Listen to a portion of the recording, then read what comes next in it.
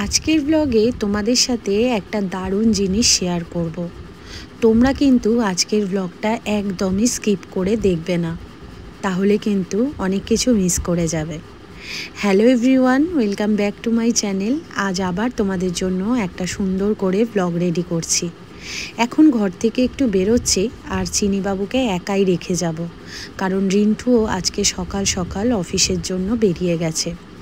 ও সেরম একটা খায়নি, সকালে মুসলি আর দুধ দিয়েছিলাম, সেটা খেয়েই রিন্টু বেরিয়েছে। আর চিনিবাবু দেখো কিরম চেয়ে আছে, খারাপও লাগে দেখতে, কিন্তু যাই হোক আমি চলে আসব। এখন বেরোচ্ছি, একটা দরকারে যাচ্ছি, যেটা হচ্ছে আমার বাপের বাড়ির ওদিকে। ওখান থেকে একেবারে ফেরার সময় ভাবছি বাজার করে নিয়েই ফিরবো। ঘরে তেমন একটা বাজার নেই। আর এই গাড়িটা দেখেছো, যারা আমার পুরনো সাবস্ক্রাইবার বন্ধুরা আছো তারা আমার আগের গাড়িটা দেখেছো, কিন্তু এই গাড়িটা আমার নতুন নেওয়া, মানে আগের বছর পুজোতে নিয়েছিলাম। যাই হোক, গাড়িটাকে আমি সেইভাবে মোছামুছি করিনি বলে অনেক ধুলো টুলো পড়ে গেছে। তো কাজবাজ মিটিয়ে এখন আমি বাজার করে একেবারে চলে এসেছি। তো আজকে না বাজারে তেমন একটা মাছও দেখলাম না, শুধু কাটাপোনা আর কাটাপোনা। সবসময় দেখবে কাটাপোনা আবার খেতেও ইচ্ছা করে না, যদিও বা কাটাপোনা মাছ আমি ভালোবেসেই খাই, কিন্তু সবসময় কি ভালো লাগে বলো। তাই আজকে একটু তেলাপিয়া মাছ নিয়েছি।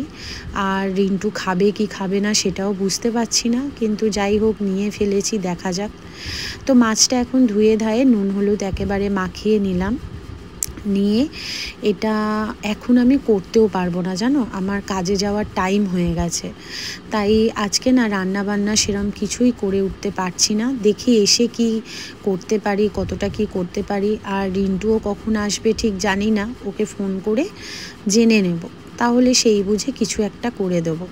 তো বাজার থেকে দেখো বাজার কি করেছি, এখানে দুখানা সর্ষে গুঁড়োর প্যাকেট নিয়েছিলাম, আর নিয়েছি হচ্ছে বরবটি। আর বাজারের দামটা একটু কম লাগলো, জানি না, আবার অনেকের কাছে শুনছি বাজারের দাম বেশিও আছে। এক একটা বাজারে এক এক রকম দাম নেয়, জানো তো। তো আজকে বাজারে দেখো লাল শাক, বরবটি, টমেটো, বেগুন আর কাঁচা লঙ্কা, উচ্ছে আর আলু, এই ছিল বাজার। আর সময় আছে একটু হাতে বলে আমি কাঁচা লঙ্কার বোটাগুলো ছাড়িয়ে নিচ্ছি। আমার মাকে সবসময় দেখেছি কাঁচা লঙ্কার বোটা ছাড়িয়ে ফ্রিজে একটা টিফিন কৌটো করে রেখে দেয়। এর ফলে দেখি কাঁচা লঙ্কাগুলো বেশ অনেক দিন কিন্তু চলে, না হলে কেমন শুকিয়ে যায়, কেমন একটা হয়ে যায়। এই দেখো আমার কাঁচা লঙ্কাগুলো মানে পরিষ্কার করা হয়ে গেল। আর যেটা তোমাদেরকে শেয়ার করব বললাম, সেটা হচ্ছে এই বাচ্চাগুলোকে।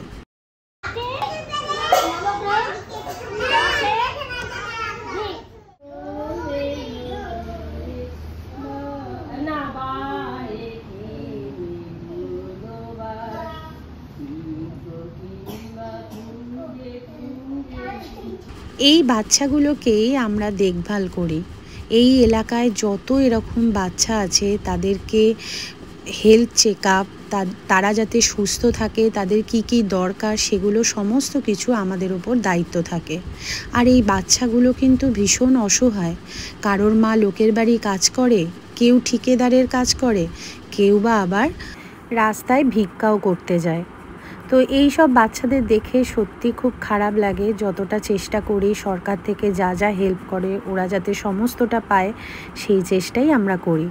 কাজবাজ সেরে বাড়ি চলে এলাম, প্রায় আজকে আসতে অনেকটাই লেট হয়েছে। আসার পর দেখো চিনি আমাকে অনেকক্ষণ পর দেখেছে কেমন করছে। যাই হোক, আজকে দেখো তাড়াহুড়োর মধ্যে ছিলাম বলে বিছানাটাও পরিষ্কার করা হয়নি, বিছানা টিছানা ফেলেই চলে গেছি। আগে প্রথমে চিনিকে খাওয়াবো, তারপর সব কিছু সারবো। চিনিকে খাইয়ে দাইয়ে নিয়ে বিছানা টিছানা একেবারে সুন্দর করে পরিষ্কার করে নিয়েছি, এই টেবিলটাও পরিষ্কার করে নিয়েছি। আর আজকে অনেকটা বেলা হয়ে গেছে বলে স্নান সেরে দেখো নিজের জন্য একটা চিলা করে নিয়েছি। এটা সুজি আটা দিয়ে করেছি, মানে খেতে অনেকটা ওই ধোসার মতো লাগে। তোমরাও করে দেখতে পারো, আমি তো যেমন সেমন করে করেছি, এই আর কি। তো এর মধ্যে কেউ তোমরা মিষ্টিও অ্যাড করতে পারো, কেউ আবার কাঁচা লঙ্কা, পেঁয়াজ, গাজর, মানে এই সব দিয়েও খেতে পারো, ভালো লাগে। আজ আমি একেবারে এমনিই করেছি, সামান্য একটু নুন দিয়েছি আর একটু জোয়ান দিয়েছি, এই দিয়েই করেছি। খেতে তো আমার বেশ ভালো লাগছিল আর খিদেও পেয়েছিল, কারণ তেমন একটা আজকে খাওয়া হয়নি, তাই ভেবেছি রাতে ডিনারটা আজকে একটু তাড়াতাড়ি করে নেব। তো ব্লগটা আজকে এই অবধি রাখলাম। ভালো লাগলে অবশ্যই লাইক করো আর সাবস্ক্রাইব করতে ভুলো না। চলো টাটা।